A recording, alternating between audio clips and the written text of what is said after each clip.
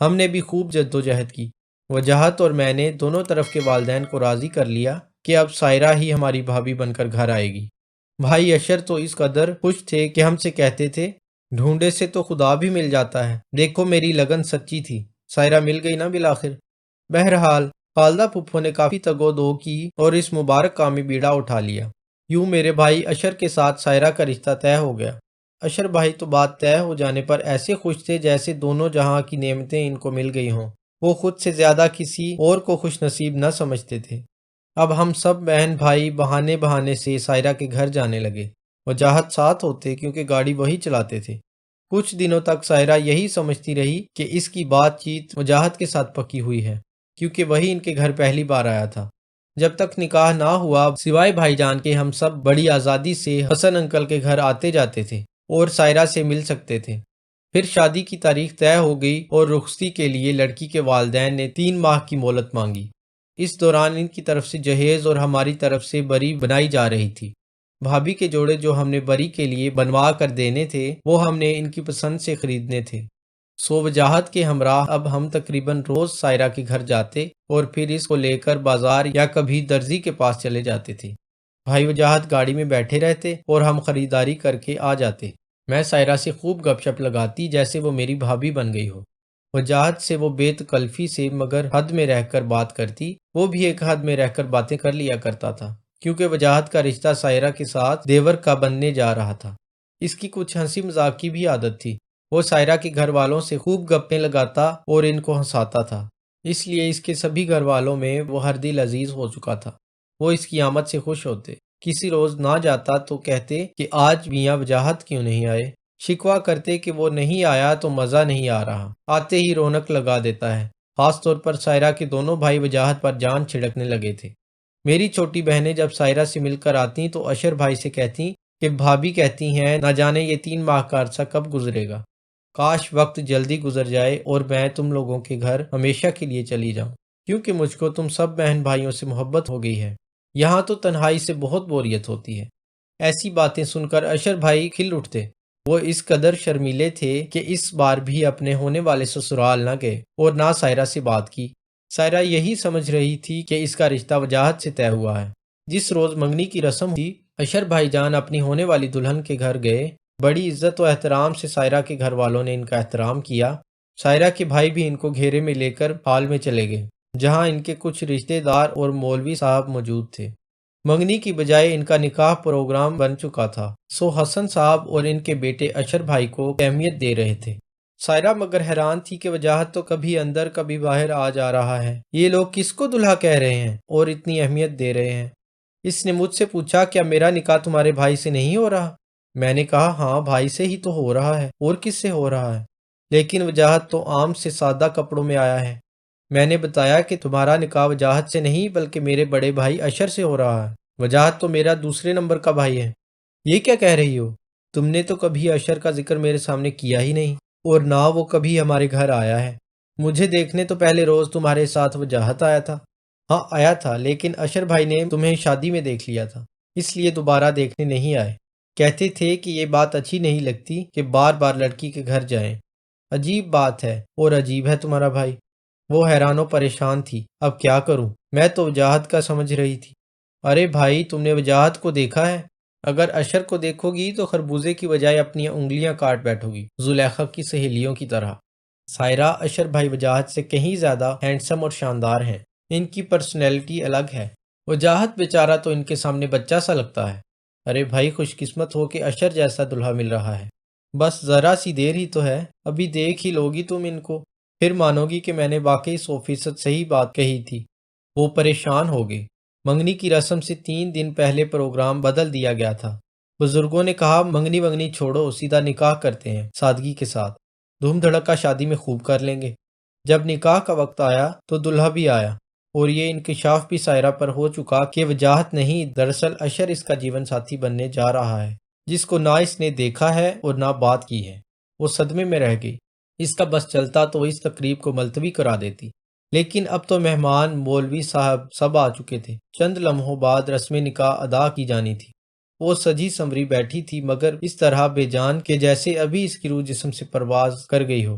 میں نے تسلی دی اور خدا کا واسطہ دیا کہ سائرہ اب خود پر قابو پاؤ، اب وقت نہیں رہا پیچھے مڑ کر دیکھنے کا۔ خیر نکاح تو ہو گیا، لیکن سائرہ نے پتہ نہیں اشر کا چہرہ دیکھا بھی یا نہیں۔ بات کرنے کا تو ان سے موقع ہی نہ ملا اسے۔ ہم تو نکاح کر کے چلے آئے، لیکن سنا ہے کہ بعد میں اس نے ماں باپ سے بہت جھگڑا کیا کہ آپ لوگوں نے مجھ کو پہلے اشر کا نام کیوں نہ بتایا، نکاح والے دن بتایا۔ وہ بولے تم نے شادی کے لیے ہاں کر دی تھی تو ہم نام کیا بتاتے، ہم کو تو یہ دھیان ہی نہ رہا کہ تمہارے سامنے لڑکے کا نام لیتے۔ خیر یہ عجب سی بات ہو گئی، ورنہ کسی نہ کسی کے منہ سے لڑکے کا نام نکل ہی جاتا ہے۔ مگر سائرہ سے سب یہی کہتے کہ لڑکا اچھا ہے، لڑکا خوبصورت ہے۔ اشر سے کوئی نہ کہتا تھا کہ اس کے کان کھڑے ہوتے، بھلا اس کے دل کی کسی کو کیا معلوم اور کسی کے دلوں کی اس کو کیا خبر۔ وہ سادہ زمانہ تھا اور سادے لوگ تھے۔ نکاح کے بعد میں نے وجاہت سے کہا کہ سائرہ مجھے اس روز اداس لگ رہی تھی، میرا خیال ہے کہ آج چلتے ہیں اس کے پاس اور اشر بھائی کی تصویریں بھی لے چلتے ہیں۔ نکاح والے دن ہم لوگ فوٹوگرافر لے کر گئے تھے اور چند تصویریں رسم نکاح کی بنا لی تھیں۔ ایک تصویر اشر بھائی کی الگ سے بھی لے گئے جو انہوں نے کچھ عرصہ قبل اسٹوڈیو میں اتروائی تھی۔ وہ اس میں بہت خوبصورت لگ رہے تھے۔ میں نے سوچا جب سائرہ اشر بھائی کی تصویر دیکھے گی تو وجاہت کو بھول جائے گی۔ خیر ہم گئے تو سائرہ نے حسب معمول آؤ بھگت کی۔ ان کی والدہ اس وقت گھر پر موجود نہ تھیں۔ ہم کچھ کہنے بھی نہ پائے تھے کہ سائرہ نے وجاہت سے کہا اب تم میرے کیا لگے؟ دیور، وجاہت نے جواب دیا۔ تب وہ بولی دیور صاحب کیا میرا کہنا مانو گے؟ آپ کے لیے تو جان بھی حاضر ہے۔ وجاہت نے جواب دیا۔ حکم کیجئے، کہا۔ جو مانگوں گی دو گے؟ جی آپ کہیے تو، وجاہت نے کچھ حیرت سے کہا۔